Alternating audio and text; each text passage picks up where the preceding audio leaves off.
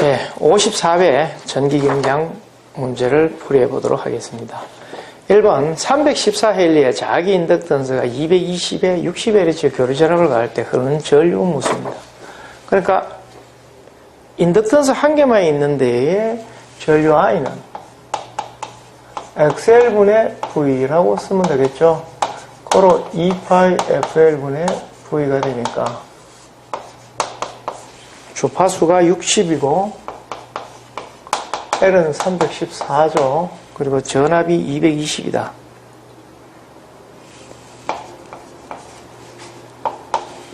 그로 1.86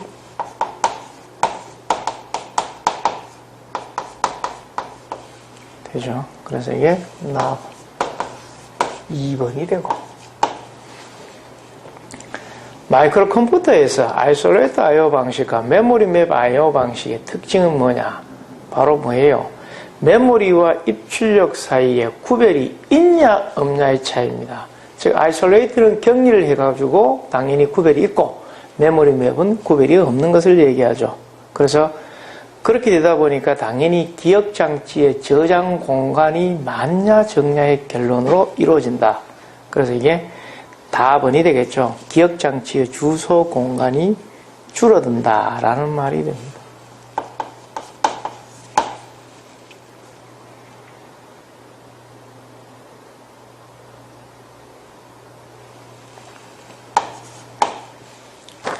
권선형 유도 전동기의 기동법으로 옳은 것은, 알맞은 것은 바로 2차 저항 기동법이죠. 나번이 처음에 가번에 있는 직입기동법이나 Y델타 기동 혹은 기동보상기법, 리액터 기동과 기동보상기법을 병용하는 콘드로퍼법, 이런 거는 전부 다 농형 유도 전동기에 사용하는 방식이다. 이렇게 보시면 되겠죠.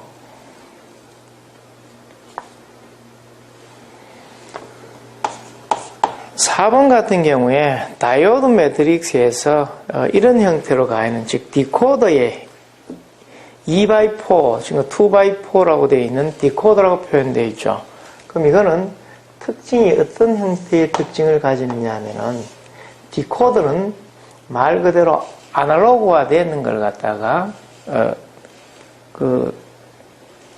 A1 입력이 A1, A2, 이게 입력이고 이게 출력이죠.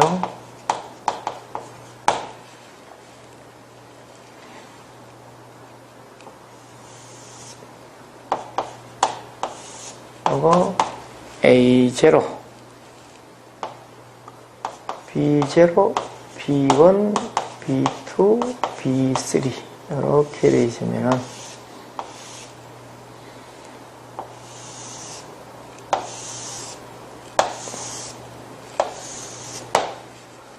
제로, 제로, 1, 1, 제로, 1, 제로, 1 이렇게 되면은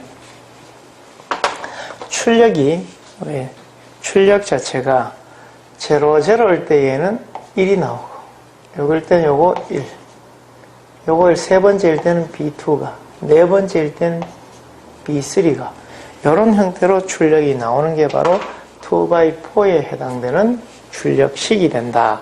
고로 A1, A0에 가해졌는 게 1, 0이니까 뭘 써야 돼요? 0, 0, 1, 0 돼 있는 거죠.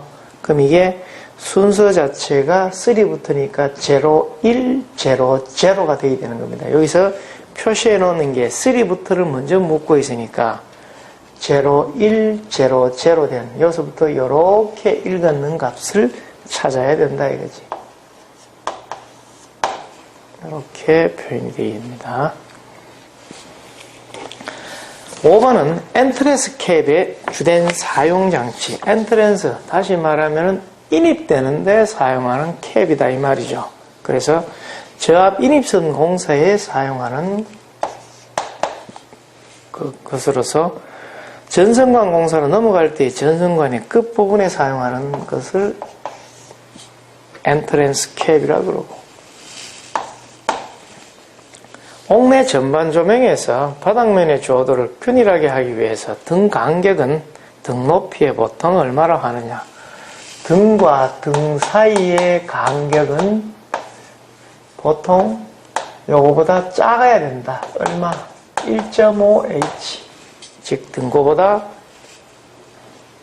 그리고 등과 벽 사이는 두 가지가 있는데 2분의 1h가 될 수도 있고 3분의 1h가 될 수도 있는데 2분의 1h 같은 경우는 벽을 사용 안 할 때, 요거는 벽측을 사용할 때 같은 경우는 즉 벽에 어떤 반사되는 광을 이용할 거냐 말 거냐에 대한 차이다. 이렇게 보시면 되겠죠. 그래서 이거는 4번이 되고, 일반적으로 큐비클형 완전 모조리 전부 다 폐쇄시켜 놨죠. 그래서 이거를 폐쇄식 배전반이라 그러고, 그리고 이렇게 쓰다 보니까 공장이나 빌딩 등의 전기실에서 많이 사용하는 방식이죠. 그리고 가번에 있는 데드 프론트식, 말 그대로 어떻게 되어 있다? 앞쪽이 막혀져 있고 뒤쪽은 틔워져 있는 것을 얘기하죠. 라이브 프론트식은 바로 앞쪽 자체도 라이브, 살아있단 말이죠. 즉 다시 말하면은 앞쪽이 틔워져 있다는 얘기죠. 고로 그 조작이나 기타 이런 거 할 때 조심해야 되는 방식이죠. 이런 것을 얘기하는 거고요.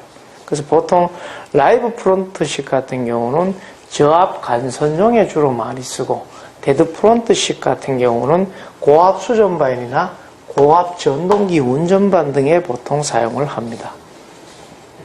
8번은 전선 접속법에 대한 설명 중 옳지 않은 것은, 이거는 뭐 너무나 많이 나왔던 것들이 해당이 되겠죠. 그래서 항상 그 기적 강도를 20% 이상 감소하지 않도록 해라. 즉 80% 이상 유지하라라는 게 거의 핵심적인 사항이고, 가급적이면 어떻게 됩니까? 전용의 접속기를 이용해서 접속하는 게 가장 이상적입니다.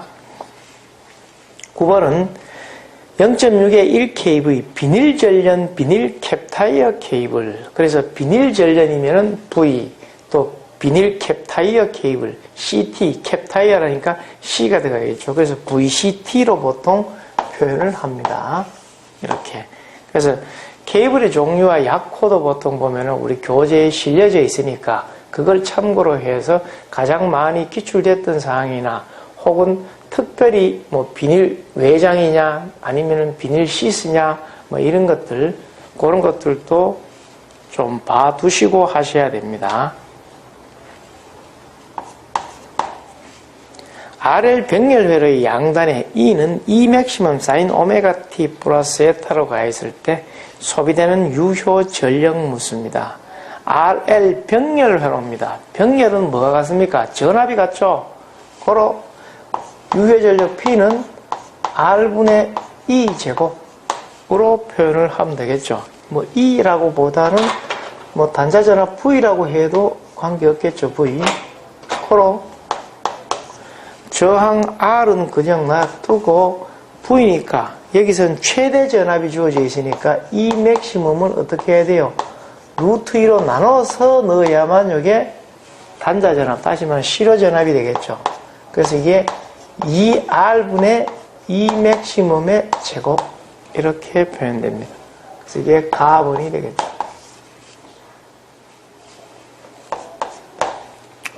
유전체에서 전자 분국은 바로 단결적 매질에서 전자운과 핵 간의 상대적인 변에 의해서 작용하는 게 바로 전자 분국이고, 나번에 있는 화합물에서 플러스 이온과 마이너스 이온 간의 상대적인 변이에 의한 걸 갖다가 이걸 이온 분국이라 그러고요. 다번은 이거는 아무것도 아니고, 라번 4번 같은 경우는 영구 쌍극자의 전개 방향 배열에 의한 걸 갖다가 바로 쌍극자 분국이라 그럽니다. 그래서 나번 2번은 바로 이온 분국, 라번 쌍극자 분국에 대한 설명사항이다. G80 CPU에서 프로그램 카운트의 값을 바꿀 수 있는 명령의 값이 아닌가? 4번 되고요. 13번 8비트 마이크로 프로세서의 동작에서 1회의 명령을 인출해 낼 때 또는 1명령당 실행기간이나 메모리로부터 명령어 레지스터의 명령을 꺼내는 시간을 갖다가 이걸 머신 사이클이라 그럽니다. 머신 사이클. 그래서 그 명령 사이클은 바로 패치 사이클과 실행 사이클로 되어 있는데, 패치 사이클은 명령 실행을 완료한 다음에 실행할 명령을 기억 장치로부터 가져오는 걸 갖다가 패치 사이클, 실행 사이클은 명령 해독을 끝내고 그 다음에 실행할 때 들어가는 거. 그리고 액세스 타임은 명령이 내려진 후 실질적으로 데이터를 판독 또는 기록되기 시작할 때까지의 소요되는 시간을 갖다가 액세스 타임이라 그럽니다. 그래서 이거를 1명령당 실행 시간을 메모리로부터 명령 레지스터에 꺼내는 시간을 갖다가 머신 사이클, 카본이라 그래요. 변압기의 누설 리액턴스를 줄이는 가장 효과적인 방법은 바로 권선 분할 조립입니다. 권선 분할 조립. 그 말은 분할 조립이라는 것은 권선을 서로 어긋나게 만들어주는 방식을 갖다가 분할 조립이라 그래요.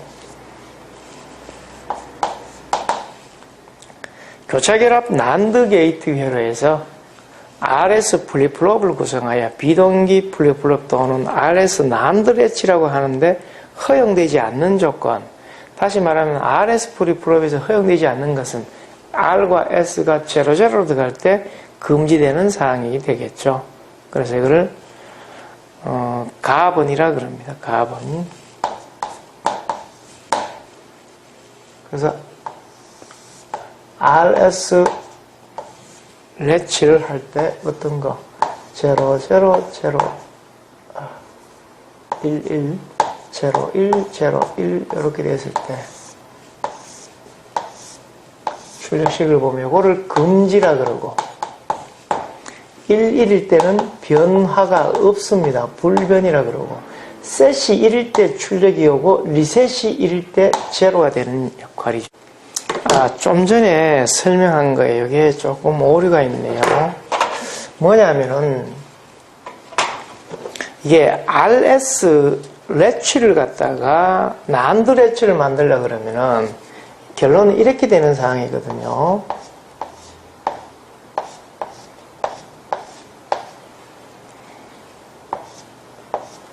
SR 되고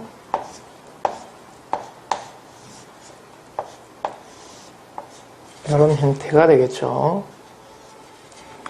코로 이게 Q고 Q바가 됩니다. 이렇게 표현해 놨는 거를 SR 바로 표현을 되어 있죠. 이렇게 됩니다. 그러면은 여기에 SR이 0, 0 들어갈 때는 금지고 1, 1이 들어갈 때는 불변 맞지만 요게 바를 취해놨기 때문에, 즉 여기 0가 들어갔을 때 여기 1이 들어가죠. 고로 이게 0 들어갔을 때 1이 나오니까 이게 반대가 되어야 됩니다. 여기가 0가 되고 1이 돼야 되겠죠. 이런 형태로 표현하는 게 바로 RS 난드 레치라고 그럽니다. 그래서 이게 답은 가분은 맞는데 이게 바뀌어졌다는 걸 풀이 과정을 참고로 보셔야 되겠습니다. 16번 삼상 전파 정유의 컨버터 회로에서 점선 부분의 역할로 가장 적당한 것은 뭐냐? 즉 저항을 갖다가 달아놓고 스위치가 달려져 있죠. 그 말은 최초에 들어가는 전류 자체를 도립전류 억제 회로를 만들고, 그 다음에 일정 부분 지나면 저항을 계속 통할 필요가 없으니까 그 다음에 오픈 시켜가지고 스위치를 온 시켜가지고 저항 자체를 쇼트 시켜버리죠. 그래서 이 회로를 갖다가 도립전류 억제 회로라 그럽니다.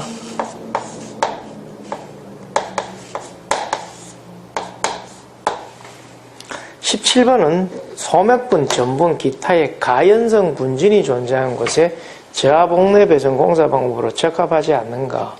원래 금속관과 모든 케이블은 모든 공사에 다 사용을 하고 합성 수정관 같은 경우는 보통 폭발성이라든가 가연성 가스, 화약류 이런 데는 사용 못하고 전 분야 다 사용 가능하죠. 그리고 금속재 가요전선관이나 덕트 애자는 뭐 특정 부위를 제외하고 거의 사용을 못하도록 되어 있습니다.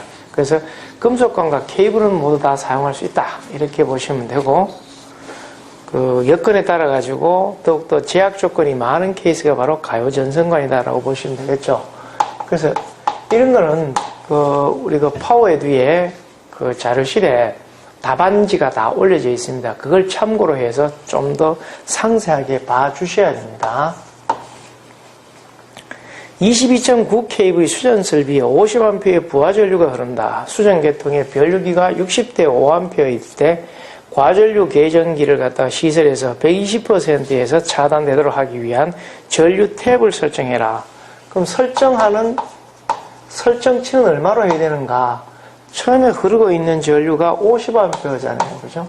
근데 이게 60대 5짜리에 해당되는 그 변류기다 이거죠. 이거를 그냥 이 상태에서 100%에 하는 게 아니라 얼마?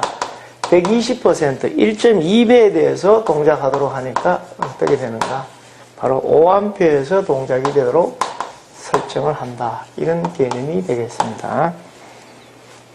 19번은 전격 전류가 30A인 전동기 한 대와 전격 전류 5A의 전열기 두 대를 갖다가 저하봉내 간선을 보호할 과전류 차단기입니다.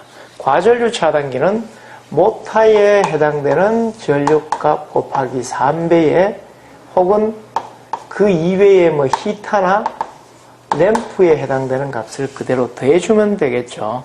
물론 이 전체 값을 이걸 안 하고 전체 값을 다 더했는 값에 2.5배를 해가지고 둘 중에 작은 값을 설정하도록 되어 있습니다. 그죠?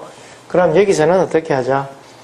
전동기가 30이니까 30 곱하기 3배에 전열기가 5A짜리 요게 두 대가 되니까 얼마짜리 선정하면 돼요?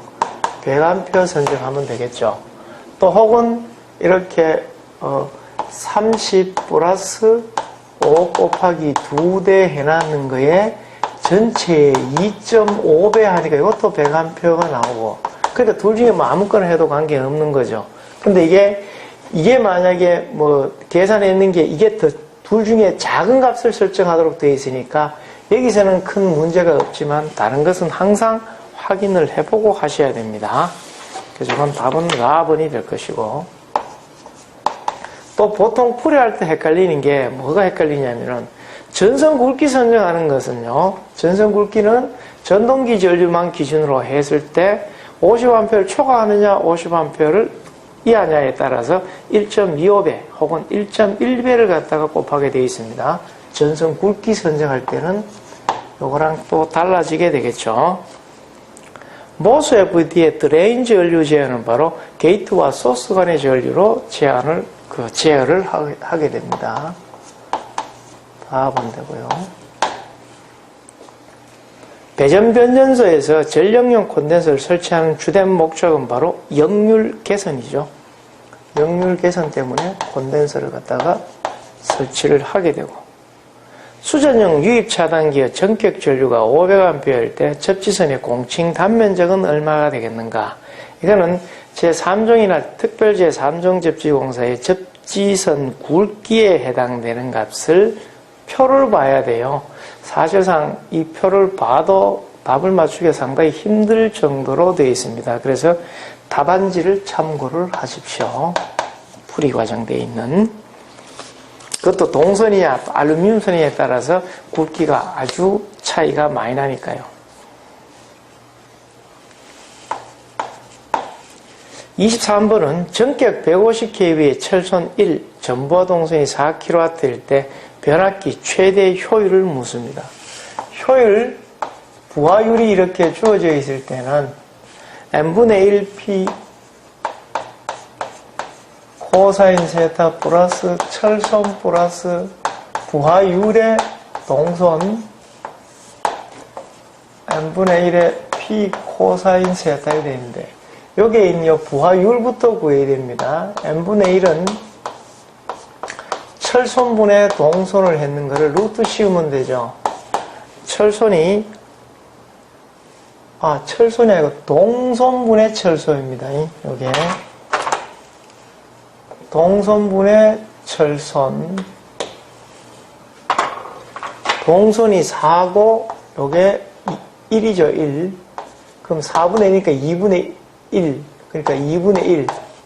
그럼 부하율은 2분의 1이니까 150kVA니까 이거를 넣으면은 2분의 1에 P 할 필요 없이 그냥 어떻게 하면 돼요? 150 곱하기 2분의 1. 그 75가 되겠죠. 철소는 변화가 없으니까 1이 되고, 동소는 여기 2분의 1 넣어갖고 4분의 1에 4를 곱하니까 맹다시 1이 되겠죠. 그러니까 철손과 동선이 같도록 만들어줍니다. 그래서 2분의 1에 150, 즉 75kV를 하니까 0.974, 즉 97.4%가 나오게 된다.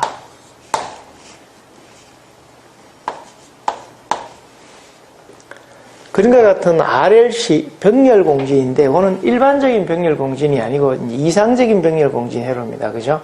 그래서 공진시 입력 어둠이 뜬수는 매우 작아지고, R 또는 L에 흐른 전류는 입력 전류의 크기의 Q배가 될 것이고, 그러니까 이 Q가 바로 뭐다? 전류 확대비죠. 선택도 Q. 그래서 공진 주파수 이하에서는 입력 전류는 전류보다 위상이 뒤지고, L이 작을수록 전류 확대비가 작아진다라고 되어 있는데, 선택도 Q는 R의 루트 L분의 C라고 표현되죠. 이게 병렬일 때는 이렇게 되고, 직렬일 때는 선택도 Q가 어떻게 돼요? R분의 1의 루트 C분의 L, 이렇게 표현되죠. 직렬일 때는. 그리고 직렬은 VR, 다시 말하면은 저항에 걸려있는 전압성분분의 VL 혹은 VC에 대한 거고, 병렬일 경우에는 IR분의 IL에 해당되는 성분이죠. 결론적으로 R에 걸려있는 전류와 L에 걸려있는 전류의 비가 바로 전류 확대비가 된다. 그래서 이게 L이 작을수록 Q가 커지죠. 이게 작아지면은 Q가 커져야 되는데 작아진다 했으니까 잘못됐다. 옳지 않다 이 말이죠.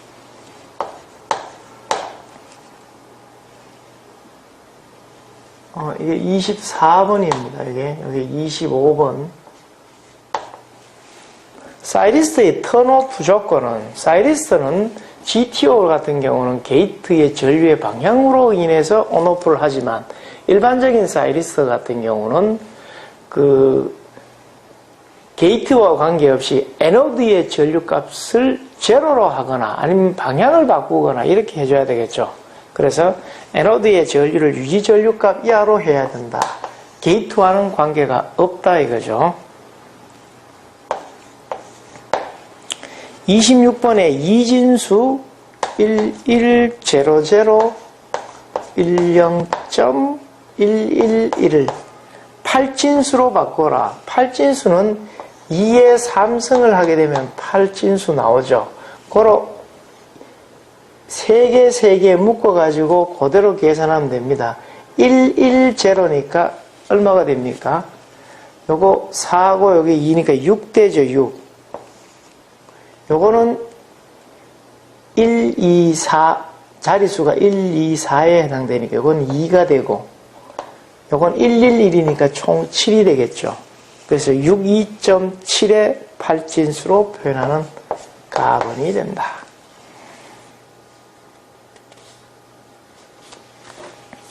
(27번) 같은 경우는 다음 진리표에 해당되는 논리 회로는 바로 익스크루시브 OR이죠. 즉, 두 개의 입력의 상태가 서로 다를 때 출력을 내는 방식이 됩니다.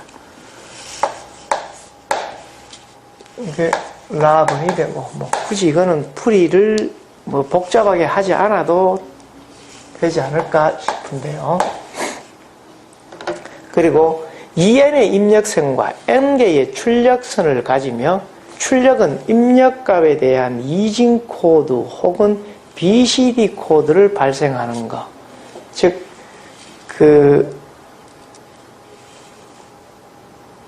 이진수로 변환하기 위해서는, 혹은 BCD 코드로 변환하기 위해서 필요로 한 게 바로 인코더가 되고, 이런 인코더를 해놨는 것을 갖다 이 수를 다시 10진수로 바꾸거나 우리가 알아들을 수 있는 숫자의 형태로 바꾸는 게 바로 디코더가 됩니다. 그래서 이게 나번이 되겠죠.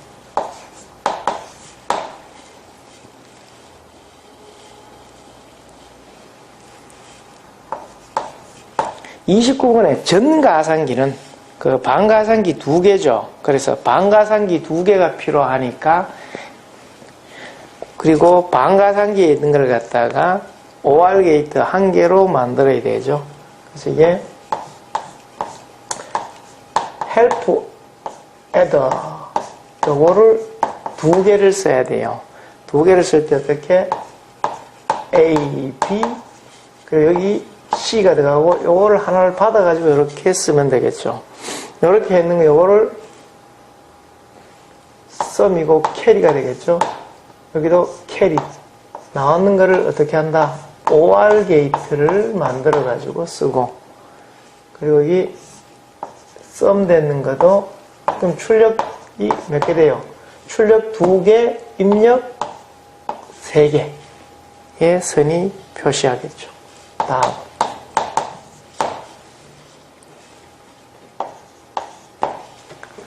30번은 주소 공간이 20비트이고 각 주소상 저장되는 데이터의 크기가 8비트일 때 20이니까 2에 20 하니까 얼마 나온다? 약 1MB가 나와요. 그래서 이게 가번이 되고, 반도체 트리거 소자로서 자기 회복 능력, 즉 자기 소자 능력이 있는 걸 바로 GTO, 게이트 턴오브 사이리스트라 그럽니다. 즉 양 게이트의 전류에 의해서는 턴온, 즉 게이트에 플러스 전류를 넣으면은 온, 마이너스 방향이 반대가 되면은 오프 되는 게 바로 GTO가 되죠. 32번은 일반적으로 제2종 접지공사는 접지선이 공칭 단면적 얼마냐? 기본 16스퀘어죠.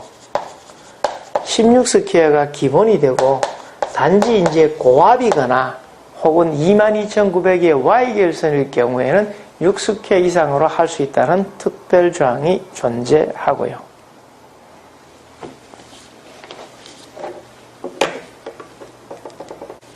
33번 단권 변압기에 대한 설명 중 옳지 않은 것을 묻는 문제인데, 이게 단권 변압기는 아다시피 1차 원선과 2차 원선이 공용으로 이렇게 되어 있는 거죠. 이렇게 되고 여기도 이렇게 되고 1차와 2차가 공용으로 되어 있죠.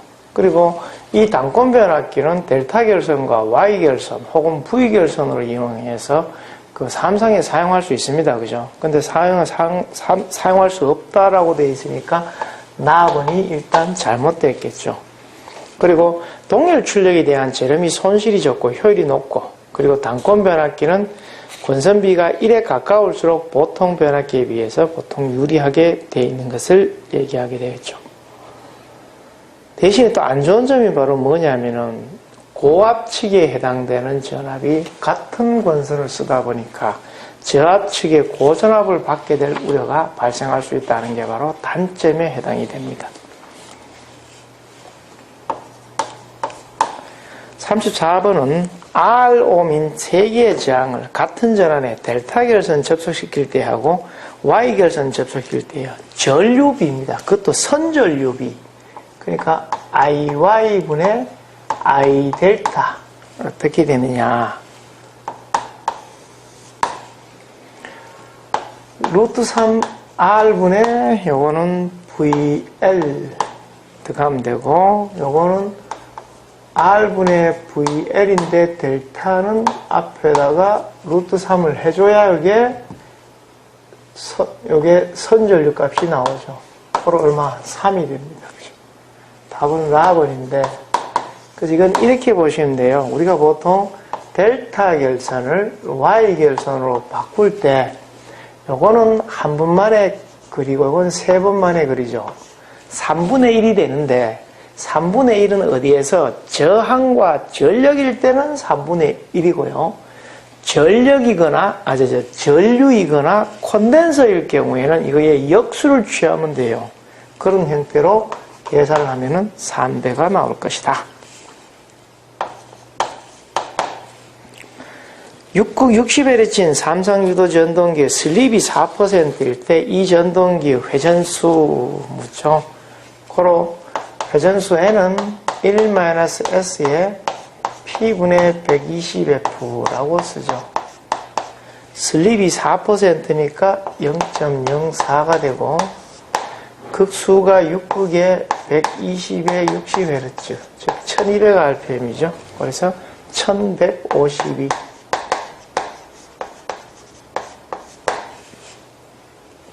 마번이 되고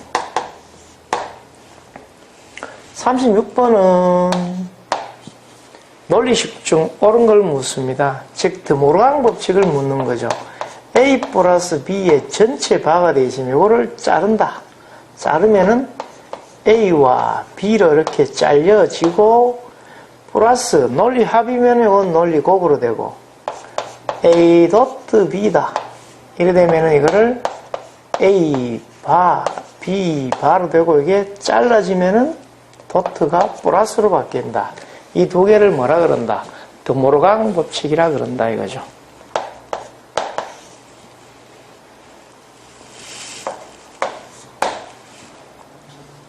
보조기억장치의 역할은, 보조기억장치는 주기억장치의 단점을 보완하기 위해서 데이터를 보관했다가 필요할 때마다 그 주기억장치로 이동시키는 거죠. 하드디스크라든가 그렇기 때문에 전부 다 보조기억장치에 들어갑니다. 그러므로 이게 보조기억장치는 속도가 느리더라도 일단 대용량이 될 수 있도록 해줘야 됩니다. 그죠? 그리고 그 대용량뿐만 아니라 비휘발성, 데이터가 자꾸 없어지거나 해서는 곤란하겠죠. 그래서 그 데이터의 기억, 보관, 영구 보존 이런 특징을 가지고 다번처럼 데이터의 고속 처리는 아니다. 고속 처리는 주기억 장치가 해야 되는 사항이 되겠죠. 최대 눈금이 150V, 내부장 20kg인 직류 전압계가 있다. 이 전압계의 측정 범위를 600V로 확대하기 위하여 외부에 접속하는 직렬 저항은 얼마가 되느냐라고 묻죠. 그럼 이거는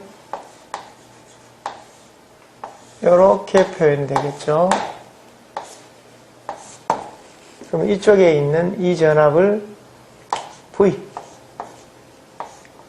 요거를 V0, 요거를 RM, 배율기 저항이라 그럽니다. 그죠? 그럼 이게 전체 전압 V는 V0에 1 플러스 요 내부 저항을 여기서는 스몰 r이라 했습니까? RV라고 표현했네요. 그죠? 그러면 R분의 라지 RM으로 표현하면 되겠죠. 그럼 최대 눈금이 150이고 요게 그러면은 열로 보내니까 600을 150으로 나누고 1 플러스 내부 저항이 20kΩ. 그러면 RM 값은 얼마로 하면 되겠는가? 다 해가지고 4가 나오도록 해야 되니까 RM에 해당되는 저항 값은 60kΩ이 된다. 4번이 되겠죠.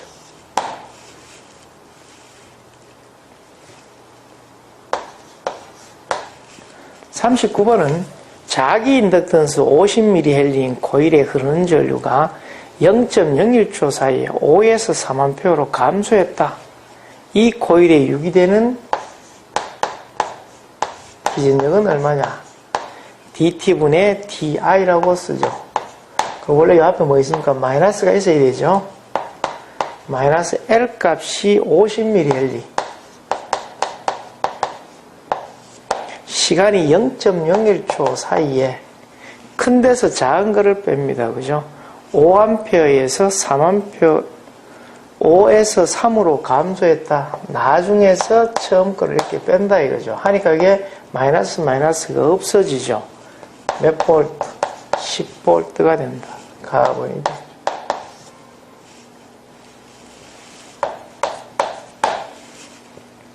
어떤 교류 회로에 전압을 가하니 90도만큼 위상이 앞섰다. 앞선 전류니까 바로 진상이라 그러죠. 즉 콘덴서, 용량성 회로가 됩니다. 만약에 90도 늦는 전류가 흘렀다. 그걸 지상이라 그러죠. 유도성 부하가 되고 저항 성분은 바로 동위상을 가지겠죠. 위상이 같다 이거죠. 220에 380V 겸용 삼상 유도 전동기의 리드선은 몇 가닥이어야 되는가? 겸용이란 말은 220도 쓰고 380도 쓰겠다는 얘기죠. 그러면은 이렇게 생겨있는 삼상의 코일이 몇 선이다? 이렇게 삼상 코일이 이렇게 되어 있다 이 말이죠. 그럼 이렇게 여기 안쪽에 있으니까 선이 하나, 둘, 셋, 넷, 다, 여섯 선이 나와야 되겠죠. 다번이 되고. 얘를 만약에 380을 쓸 경우에 이렇게 묶고 여기 세 선에다가 전원 넣으면 380. 220을 할 경우에는 이런 형태로 해서 묶어주면은 220V에 사용을 할 수가 있겠죠.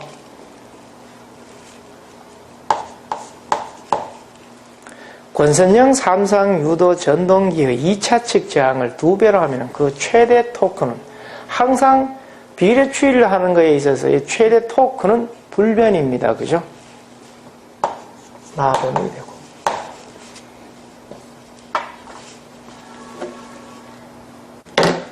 (43번) 43번 문제는 단상 반파 정류 회로가 SCR을 이용한 이제 점호각이 주어지죠.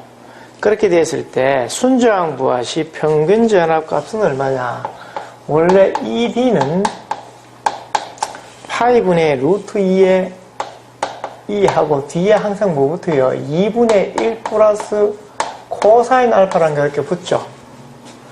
이렇게 붙기 때문에 이걸 다시 쓰면은 0.452에 2분의 1 플러스 코사인 알파 이렇게 됩니다. 그죠? 그러면 0.45 출력값이 220이고 2 플러스 코사인의 60도 하니까 이게 74.25V가 되죠. 그래서 이게 가번이 됩니다. 요거는 반파 정류일 때는 이런 형태로 되지만 이게 전파 정류일 경우에는 전파 정류는 이게 저항성이냐 아니면은 유도성이냐에 따라서 식이 달라집니다. 참고적으로 봐두셔야 되는데 요거는 저항이면은 파이분의 루트 2의 2가 되고 1 플러스 코사인 알파 이렇게 표현을 하고요. 그리고 이게 유도성이게 되면은 파이분의 2 루트 2의 2의 코사인 알파 다시 말하면 이게 0.92의 코사인 알파가 되고 요거는 0.452의 1 플러스 코사인 알파 이렇게 됩니다. 전파 정류일 때는 이게 식이 조금 달라지게 됩니다.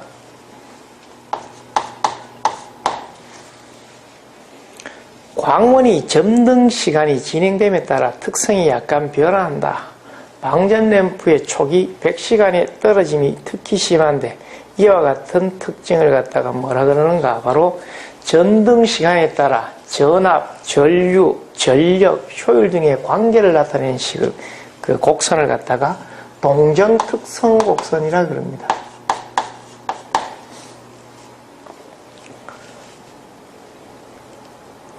동기발전기에서 전기자 전류가 무유도 기전력보다 2분의 만큼 뒤진 경우에 전기자 반작용은 어떻게 되는가? 그러니까 이렇게 보시면 되죠. 발전기, 전동기를 기준으로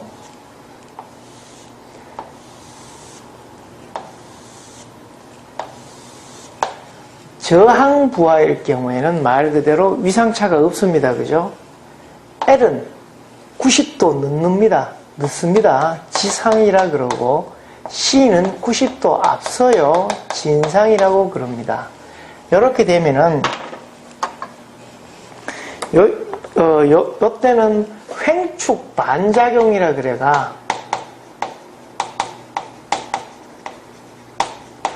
약간만 전압이 감소하거나 토크가 떨어지는 특성을 가지는 것에 비해서 유도 발전기일 때는 지상은 바로 감자작용을 하고요.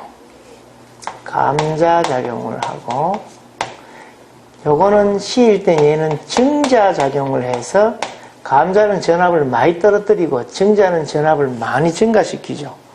요게 전동기일 때는 상호 이렇게 반대가 됩니다.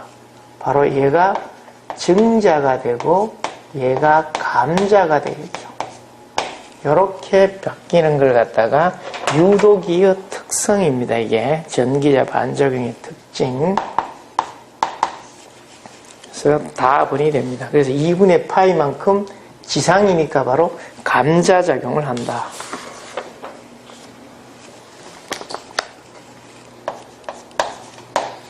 46번은 평균 반지름이 1cm이고 권수가 500개 있는 환상 솔레노이드입니다. 환상 솔레노이드 내부의 자계가 200A/T가 되도록 하기 위한 코일에 흐르는 전류.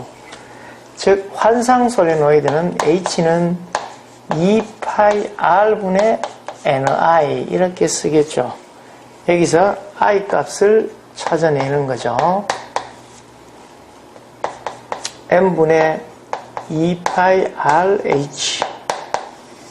감안하는 권수가 500회고 반지름이 1cm니까 이걸 메다로 바꿔야 되죠. 0.01. H가 200 하니까 이게 0.0이요. 나아보니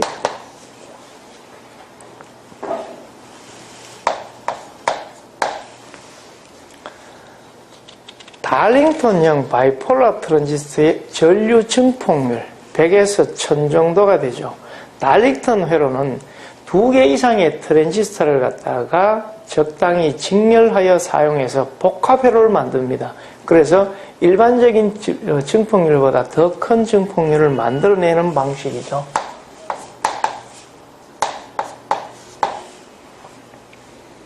고압가공 전선로로부터 수전하는 수용과의 인입구에 시설한 피래기의 접지공사에 있어서 접지선이 피래기 접지공사의 전용에 것이면 접지장은 얼마까지 허용되는가?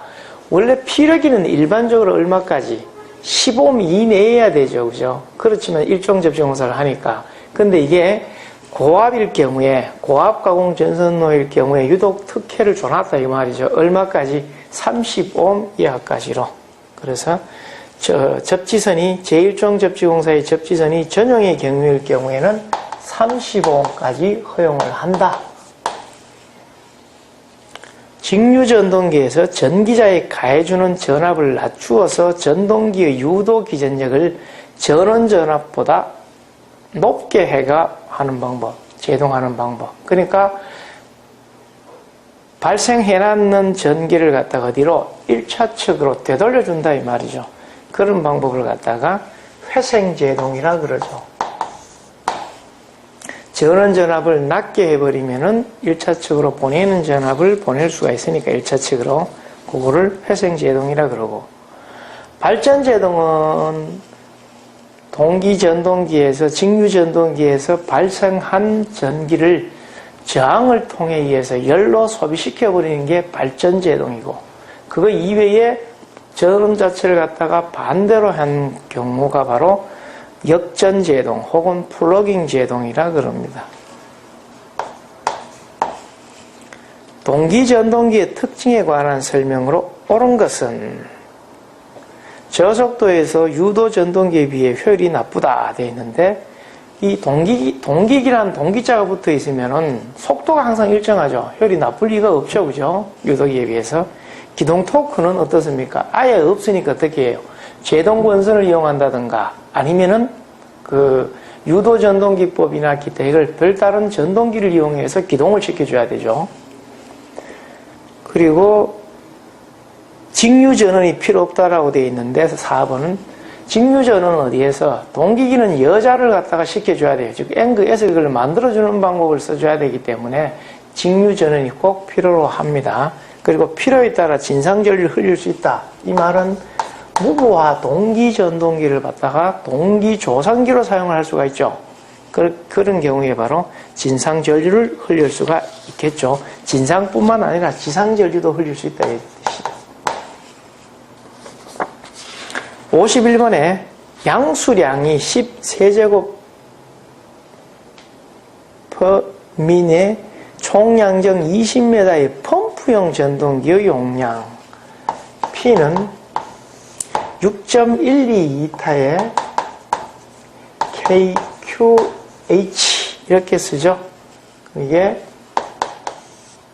6.12의 효율이 75%, 0.75 그리고 여유계수 1.1 양수량이 10 H가 20m일 경우에 47.9 kW, 약 48이 되겠죠.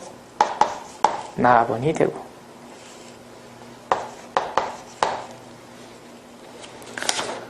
52번 같은 경우 화약류 저장소에 있어서 전기 설비 시설에 대한 기준으로 적합한 것은 전로의 대지전압은 400이어야 할 것. 대지전압이라는 문구가 나오면은 거의 대부분 다가 300V여야 합니다. 사용전압이라는 문구가 나오면 거의 대부분 다 400V가 주종인데 특히 전기 울타리나 교통신호 등은 사용전압이라는 문구가 나오더라도 300V 이하고 그래서 1번 같은 경우는 잘못됐고 전기기계기구는 당연히 화약류 저장 장소니까 전폐형을 써야 되겠죠. 전폐형. 그리고 인입구 전선은 비닐 전련 전선은 노출 배선이 아니라 어떤 거, 이 지중 매입 배선을 쓴다든가 이렇게 해야 되고 당연히 지락 차단 장치와 경보 장치는 설치가 돼야 될 것이고 합성 수지관 공사에 의한 저압 옥내 배선의 시설 기준으로 옳지 않은 것 찾습니다. 가보이죠? 옥외용 비닐 전련 전선은 사용을 하면 안 되죠, 그죠? 그리고 54번 하나 이상의 부하를 한 전원에서 다른 전원으로 전원으로 자동 전환하는 걸 갖다가 ATS 오토 트랜스퍼 스위치의 약자죠. 라번이 되고 가번에 있는 ASS는 자동 고장 구분 개폐기, ACB는 기중 차단기, LBS는 부하 개폐기의 약자가 됩니다.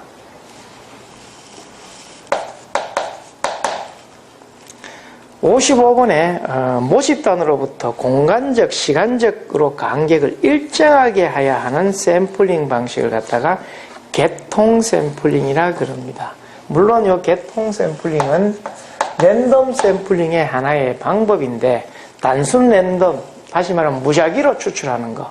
개통 샘플링은 시간적 또는 공간적 일정 간격을 두고 하는 이런 거. 그리고 지그재그 샘플링은 개통 샘플링에서 주기성을 치우침의 발생 위험을 방지하도록 하기 위해서 이쪽에 한번, 이쪽에 한번 이런 식으로 지그재그로 품질의 변화를 주기 위해 하는 방법을 갖다가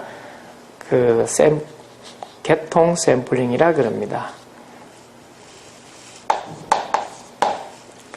예방 보정 PM이라 그러죠. 효과가 아닌 거 라번이 되고요. 즉 예방 보전 설비 사용 전 정기 점검 및 검사와 조기 수리를 위하여 설비 성능의 저하 및 고장 및 사고를 미연에 방지할 목적으로 표준 설비의 성능을 표준 이상으로 이제 유지하는 보존 활동을 얘기하는 거죠. 57번은 제품 공정도를 작성할 때 사용하는 요소, 즉 명칭이 아닌 거, 가공, 운반, 정체, 저장, 검사 이런 게 있죠. 가공은 여기 공정기호가 원으로 되어 있고 운반은 화살표로 되어 있죠? 이렇게 화살표, 그림이 조금 이상합니다. 화살표. 그리고 정체란 말은 딜레이, D라고 쓰고, 저장은 역삼각형, 이렇게 씁니다. 검사는 사각형으로 쓰고, 이런 공정기호를 쓰는 게 바로 이제 공정분류에 의한 공정기호를 쓰죠. 그게 아닌가 보니까 라브, 여유 하는 게 되겠습니다.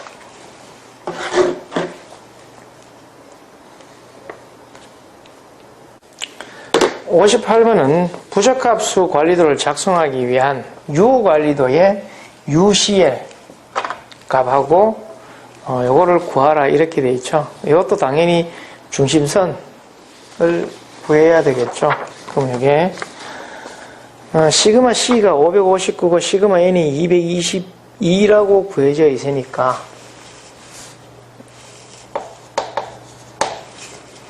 요걸 하기 위해서는 중심선부터 일단 먼저 구해야 되죠. 센터라인 U바라고 표현을 합니다. 여기에 시그마 N분의 시그마 C로 표현하죠. 여기에 222가 되고 여기에 559, 그러니까 이게 2.518이 나옵니다. 그러면 관리 한계선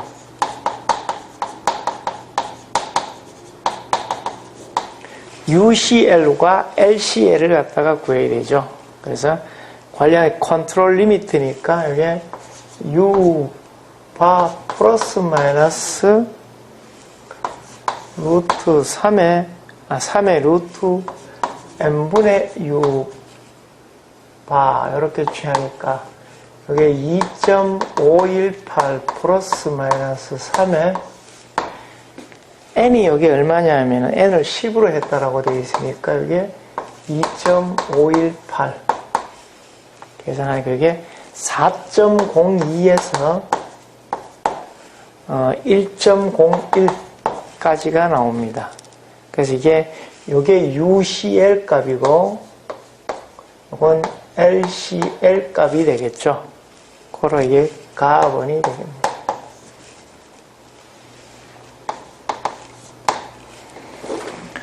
(59번에) 작업 방법 개선의 기본 4원칙 바로 배제, 결합, 재배열, 단순화 라번이 되고 60번은 이항 분포에 대한 특징에 대한 설명으로 옳은 것은 앞에 기출이 꽤 많이 됐었던 파트입니다. 그죠? 나번이 되겠죠. 즉 P가 0.5일 경우에는 좌우 대칭이 되겠죠. 예.